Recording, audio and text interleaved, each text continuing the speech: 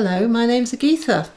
I'm a shamanic healer living in the foothills of the Cambrian Mountains in Wales.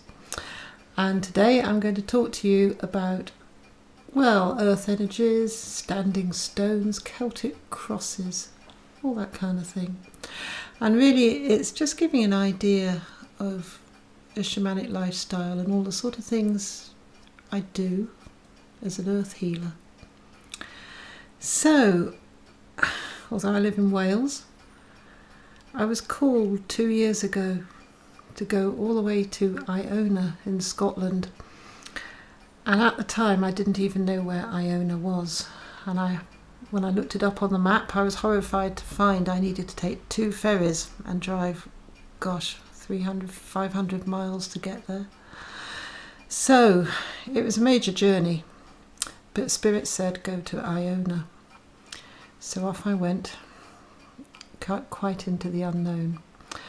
And I found I was led to a small grassy mound on the west of the island called the Mound of the Fairies, or, depending on which sort of background you come from, the Hill of the Angels. And I found that there are still peoples dwelling under this mound. I suppose you could call them fairies, but I don't know. They've been here since the beginning of time. And they're the ones who are responsible, really, for building all the sacred sites, the ancient monuments like Stonehenge, Avebury in the UK, and all across Northern Europe. And they're still very active, and the guardians of the sacred sites are these people, and they wanted to start to teach me. So I spent some time 2 years ago with them, learning all manner of things. And then this year I was called again to Iona. I knew what I was getting into this time. I went prepared and decided to camp very close to the Mound of the Fairies, or Hill of the Angels.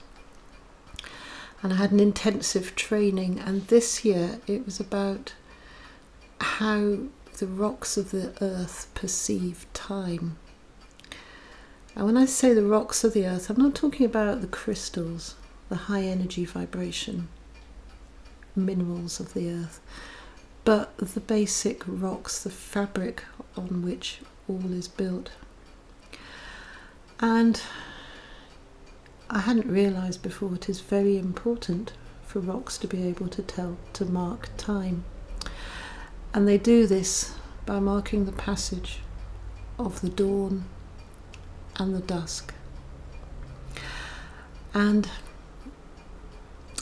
I don't know if you've noticed, but that afterglow you get after a magnificent sunset when there aren't clouds in the sky, which is unusual in the UK, and the sun has gone down and you've got that magnificent red, orange, yellow glow.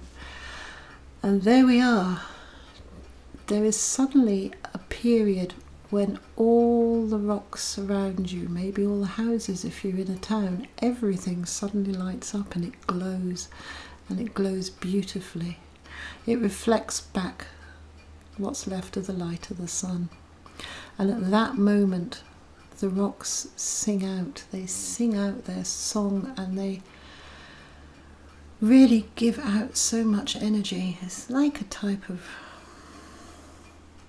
energetic radiation, if you like. But at that moment, so much information comes from the rocks. They are really alive. And the same happens just at the first light of dawn as well. Not that many of us, to be granted, are up in time to see this, but that strange half light before the sun comes up. Again, the rocks are singing. And I found this fascinating, and I was there at midsummer. So sunset was about 11 o'clock and dawn was about 3:30. So it was hard going, meeting these times, to understand these periods. But it was well worth it, because then I was asked to put this to good use. I went to the Abbey on Iona, which was founded, I don't know, 600 years AD, maybe, though don't quote me on that date. And some of the first Celtic crosses that were ever made came from Iona. They were quarried from the rocks of that land. And it's a very special place, Iona. The veils are so thin. There's so much magical energy there. So the Celtic crosses were indeed very special. And they are absolutely huge. They're 10, 15 feet tall. And they give out so much wonderful energy to all around them. So they're very giving. But 3 of the oldest and most weathered and most fragile of the Celtic crosses are in the museum beside the Abbey. And I know this is done to basically preserve them. And there's a lot of other stones with some beautiful carvings upon them, which are also in the Abbey. But unfortunately, the Abbey Museum does not have any windows. So these beings of the stones, of the crosses, do not have any way of marking the dawn and the sunset anymore. And to make matters worse, in the wisdom of the people who made the museum presentation there is a sort of 4-minute cycle that runs all day long that the museum is open, where there is light to simulate dawn. Then there's noises of smiths striking anvils and a bit of mumbling in the background. It's quite effective. And then there's simulated dusk. And the light of this synthetic dawn and dusk in this 4-minute cycle had stimulated the beings of the stones to think that this was the normal day-night cycle. And they were therefore compelled to chuck out as much energy into their surroundings as they would normally in a 24-hour period. So the energy inside the museum is really heavy and overpowering. It is incredible, and I noticed this 2 years ago and I went and I really didn't understand why. But this time I knew why. These poor beings were just overwhelmed. It's like sensory deprivation, I suppose, from our viewpoint. They're in this dark environment, and then these synthetic lights, dawn, dusk, dawn, dusk, dawn, dusk, every 4 minutes. So the peoples under the fairy mound asked me to help release the beings of the Celtic crosses in the museum and set them free amongst the crags on the island of the rock from which they were quarried, from Dún E, the big hill, or the only hill on Iona. So I went into the museum one day when it was open, and I just gently held each cross and I said, I release you 3 times. And energy follows intention. And I carried these beings in my aura, which was actually quite a struggle. And they were very pleased to go. And I also went round to the other decorative stones, which are in the museum as well, with Celtic designs on them, and said, if you need to come with us, come now. And I think a few of them did. And I carried these beings in my aura up to the top of the hill, and I released these beings gently back into the land in that place. And I don't know, maybe some of you will journey to Iona as well and check out the energies inside the museum and see whether you feel that it's now normalised. Because it's not just myself who noticed this. Other people I know who are sort of spiritually aware had been to Iona and noticed the incredible energies in the museum. And indeed, when I was there, one woman came through the door, stood in front of the crosses, and then spontaneously fell over, and she had no idea why she had. And I thought, well, perhaps she's just been knocked sideways by the energies. So I'm hoping it will all have calmed down in there now.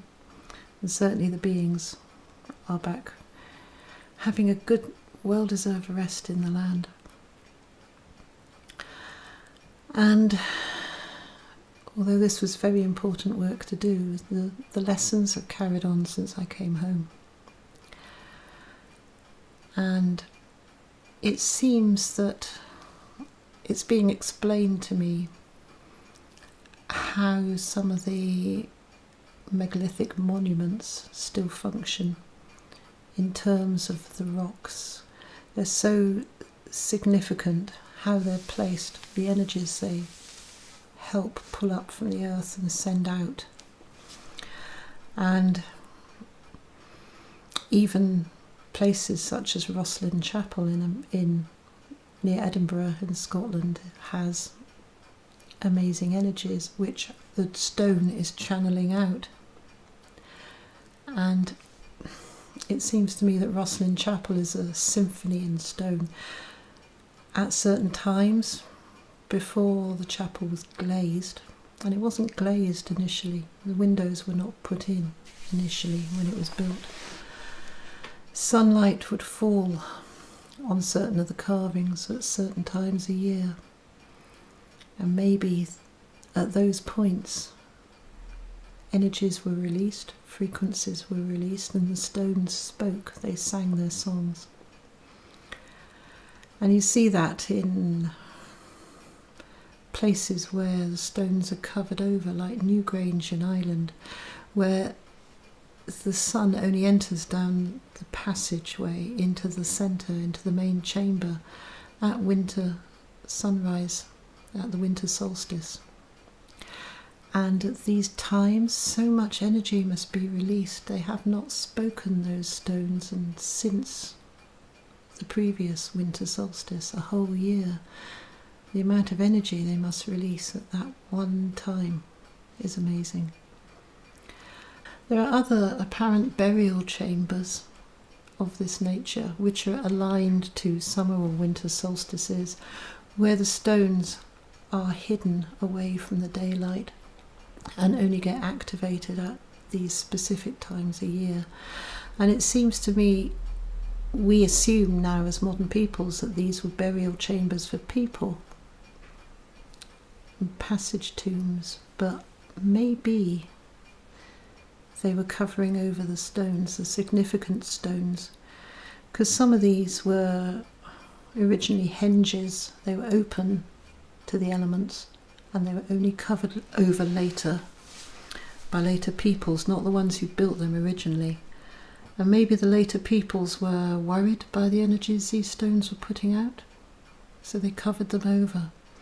But they were also worried they could not destroy them, because they realised that these were sacred stones and what they were saying was important. But nevertheless, maybe it worried them, I don't know. But it is interesting to sense the songs and stories that are coming from these stones. It's important that the earth says something at these times. And then moving on to what's happening in my own garden. Yes, the fairies, if you like, the peoples from Iona, which are at every sacred site still. They, well, seem to have got a link to where I live now in Wales through me. And one of them has been quietly working since 2 years ago to generate a new sacred circle, if you like. and I was asked to help the salon by burying specific stones in certain key places within my front lawn of all places. And there were stones from Iceland initially. I was told to put them in a bag and bury them and just leave them like seeds waiting to grow. And then I was told a few months later that actually we needed some stones from the Himalayas. So again, I found these stones, I put them in a little bag, I buried them, and was told to go away and let them do their own thing.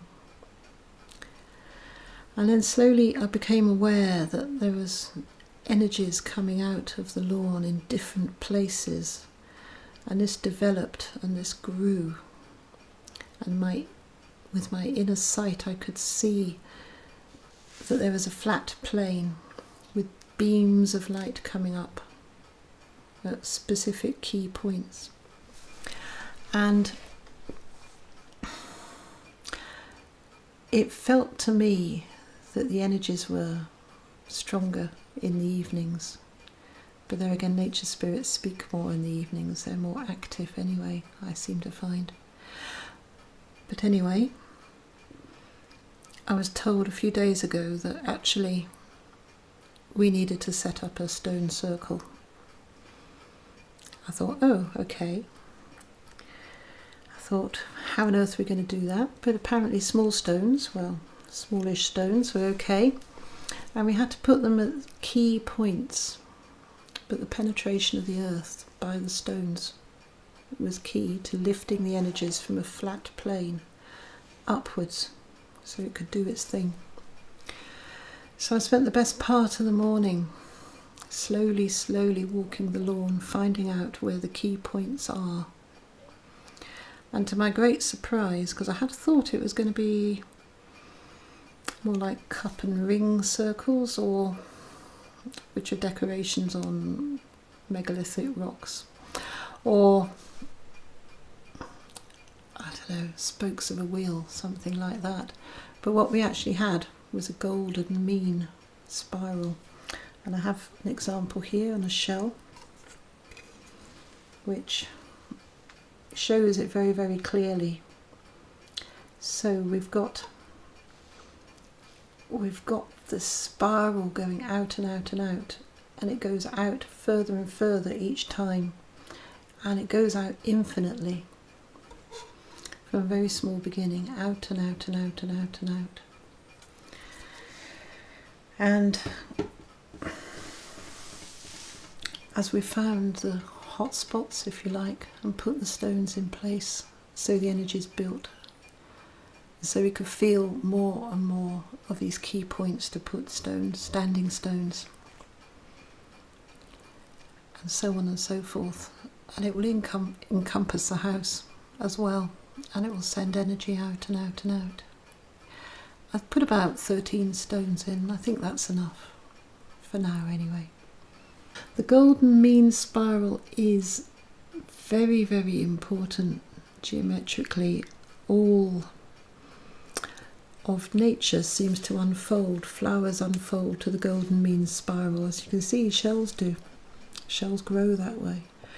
And we as people, our heart fields resonate to the frequency of the golden mean when we are clear. And this is the frequency of pure love. So it is a very, very powerful energy in the universe. So I wait to see what is happening with the golden mean frequency in our garden. And I'll give you an update as it starts to become active even more. Because I don't know what type of construction this is yet, and I presume even, every sacred space must have started in this way. Someone in their little hut living out on Salisbury Plain, which no doubt was forested then, and they got told to set up a structure which they initially made of wood, and then slowly later the stones were added, etc., etc., and it grew and it grew. So we'll have to see what our little one does. Sometimes these are earth temples and they give out energies of the earth. And sometimes they're star temples and they bring down the energies from the stars and link them, bed them into the earth. And I must admit I have been asked on occasion to sing in some of the star energies into our temple out in the garden. And the songs, sometimes there's words coming from the stars and I sing the words out. And it seems to be messages which were put in place eons ago, however long it's taken that light energy to reach the earth, because the earth is now taking its place fully amongst the other stars out there. The veils around the earth are now thinning and more energies are coming through. And it seems that as the ionosphere thins once the sun goes down, there is so little between us and the universe at that point. The energies come through really, really strongly. And at those times, again, just after the sun has gone down, in that afterglow period, and a bit later, the stars are singing out and the energies are getting embedded into the earth. And it's quite beautiful because nothing that humanity can do will ever stop this. Even on cloudy nights, the energies are being picked up by the clouds and then rained down to earth and become part of the earth as the water flows everywhere and taken up by the plants and eaten and drunk by the animals and us. So we're all getting exposed to the energies of the stars coming through currently. And I hadn't realised that actually science, NASA, have recorded the songs of the stars, the frequencies. You can go online and you can listen to the strange tunes that they produce. And some of those I have been singing into the land as well, anchoring these energies in place. And it seems to sing these songs is important to send this physical vibration out, out, out, out, and anchored where it needs to be. Nothing ever has an end. It's always an unfolding process. Change is a constant. So it's not like, oh, I've done this and, that's the end of it. It's just all part of the whole and part of the process and part of the cycle. And other people are adding to this process and this cycle as well. And I don't know where this will lead, and probably others don't either. But at least we're adding to a bit of knowledge. And I don't follow the forums for megaliths and their understanding, and I don't know whether I'm reinventing the wheel with this and this is common knowledge or not. But hopefully what I can add will help others elsewhere understand a little more about what's happening with them as well. Because I'm sure other earth temples, star temples are being created at this time.